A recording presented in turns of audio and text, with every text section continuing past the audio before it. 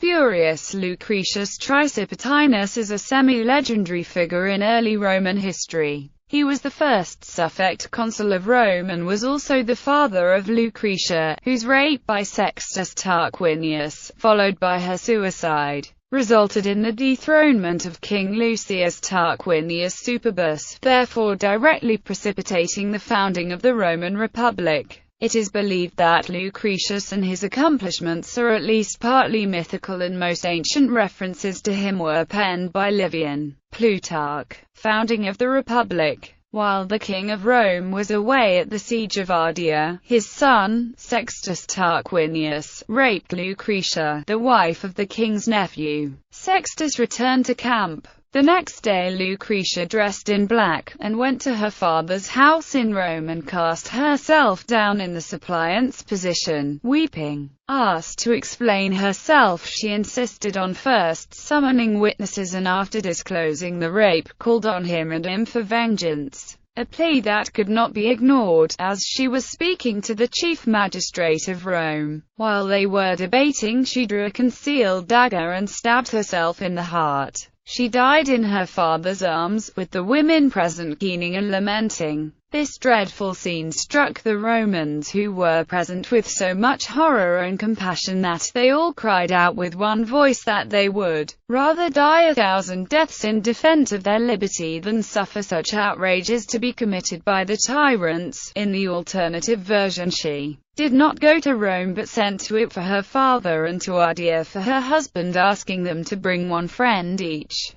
Those selected were Publius Valerius Publicola from Rome and Lucius Junius Brutus from the camp at Ardea. They found Lucretia in her room. She explained what happened and after exacting an oath of vengeance, "Pledge me your solemn word that the adulterer shall not go unpunished." While they were discussing the matter, drew the poignard and stabbed herself again in the heart. During the Revolution, Lucretius was put in command of Rome whilst Brutus went to the camp of the army at Ardea. Early Republic. Brutus and Lucius Tarquinius Collatinus were elected as Rome's first consuls. Collatinus came under popular pressure to resign because his name reminded the people of the deposed king. Brutus invited him to liberate the Romans from this hated name now that he had liberated him from the hated king. Livy records Lucretius' involvement in the matter. At first Collatinus was struck dumb with astonishment at this extraordinary request. Then, when he was beginning to speak, the foremost men in the Commonwealth gathered round him and repeatedly urged the same plea, but with little success.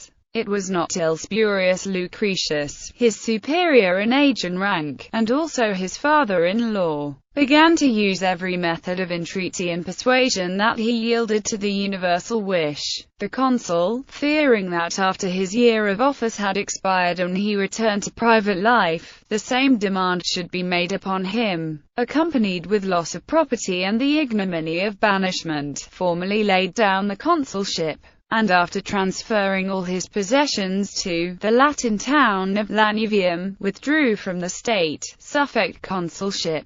After Collatinus' departure, Valerius was elected to replace him. Brutus was soon afterwards killed in the Battle of Silva Arsia. After some delay, Valerius held elections to replace Brutus, and Lucretius was chosen as suffect consul in the same year, 509 BC. However, being of advanced age, Lucretius died a few days afterwards. He was succeeded in office by Marcus Horatius Pulvillus.